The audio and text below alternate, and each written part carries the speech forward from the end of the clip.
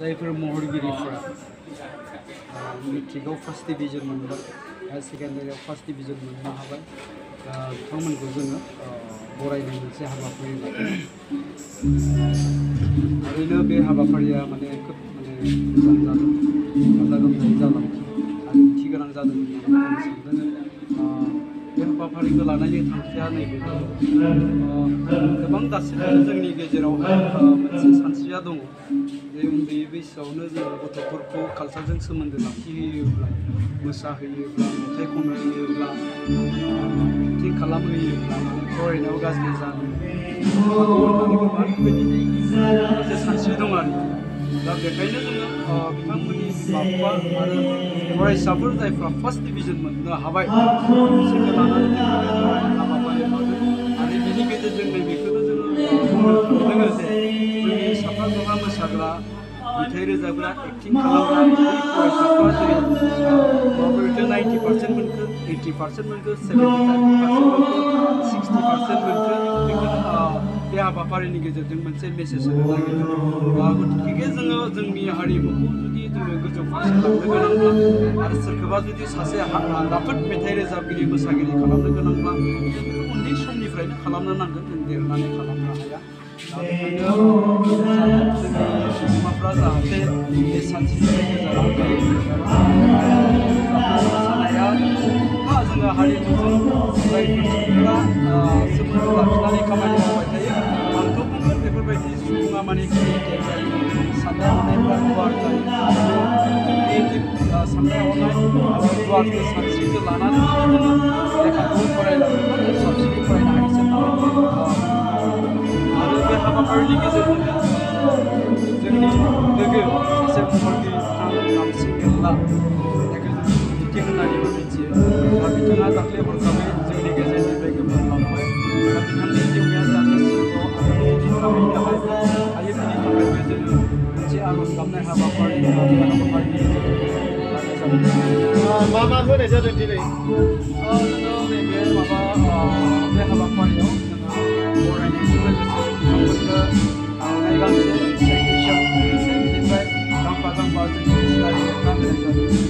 सार हारिमुआव थानानैबाबो बिथांमोना दिनैनि बेलायाव SSLC आनजादाव सेथि बाजियाव गोबां मार्क लानानै पास जानो हादों। उननि समाव बिथांमोना नोंथांनि बोसोनजोंनो गेदेर मानसि जायोबा बिसाया बेनि सायाव माबायदि माबा खालामनो सानो? बेथ' बिसानिल' खोथा फैलिया जे सोरबा हारिमुखौबो समान समान लांफालायनानै साफा साफा जुदि लेखा गोरों माने गेदेर जुदि मानसि जानो हायोब्ला थारैनो बेयो मोनसे एग्जाम्पोल जानानै थागोन जोंनि गासै माने मानसि हारिनि गेजेराव जे जोङो जे हारिमुआव थानानैबो गावनि थांखिखौ सोलोंनायाव जुदि जोङो राफोदै जुदि खामानिखौ मावलांबाय थायोब्ला जों साक्सेस जानो हायो मोनसे बिदिन्थि जानानै थागोन। आरो आंथ' बुंगोन जोङो हारिमुखौ लांफाबाय थानाया फरायनायजों लोगोसे जों मोसानाय, एक्टिं खालामनाय, मेथाइ खननायखौ फरायनायजों लोगोसे जोङो समाज लांबाय थानायावबो जेबो खहा जाया होननानै आं बुंगोन। मानोना बेनि एक्सपिरियेन्सआ आंहाबो दङ आरो आंबो उन्दै समनिफ्रायनो हारिमुआव थानानै खामानि मावबोनाय, स्टेजाव मोसाबोदों, एक्टिं खालामबोदों, बेबायदिनो दिनै आंबो बेबायदि महराव सफैनो हादों।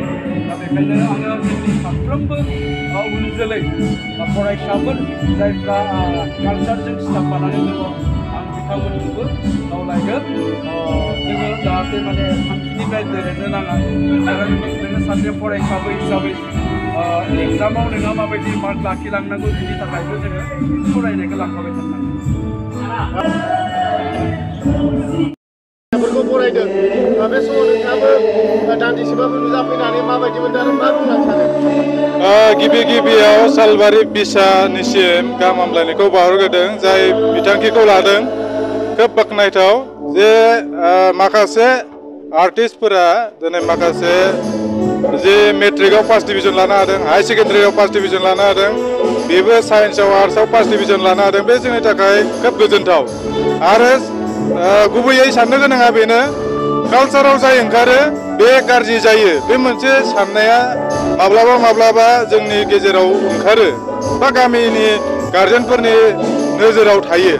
माने सिनेमायाव ओंखारग्रा, कालचाराव ओंखारग्रा मानसिया बा सुबुङा, फरायसाया फरायनो हाया, बा केरेक्टारा गाज्रि जायो बायदि बायदि दा नैबे मोनसे एग्जाम्पल बेहाय नुफैबाय जोङो गासै मेट्रिकआवबो फार्स्ट डिभिजन मोननाय जाय माने फरायसाफोरा मोसानायावबो मोजां कालचारावबो ओंखारो खायसे खायसे फिल्मबो बानायदों खायसे खायसे मेथाइ खनो बायदि बायदि माने कालचारनि बा हारिमुनि आयदायाव बिथांमोना रोंगौसा दङ लोगोसेयैनो फरायनायावबो रोंगौसा बे रोखा जादों दा नैबेखौ लाखिलांबाय थानो थाखाय बाक्सा जिल्ला दुलाराय बर' फरायसा आफादनिफ्राय खावलायगोन कालचारा जोंनि गोरबोआव थागोन फरायनायाबो जोंनि गोरबोआव थानांगोन आरो फरायनायजों जे हारिमु सिबिनाय बे सिबिनायखौ जोङो समान समान लांनो हायोब्लानो बर' हारिया जौगागोन आरो गावनि जि सिमां साननाय फरायनायखौ लानानै मिजिं खालामनाय बेबो जाफुंसारगोन होननानै जों मिजिंथिनो हायो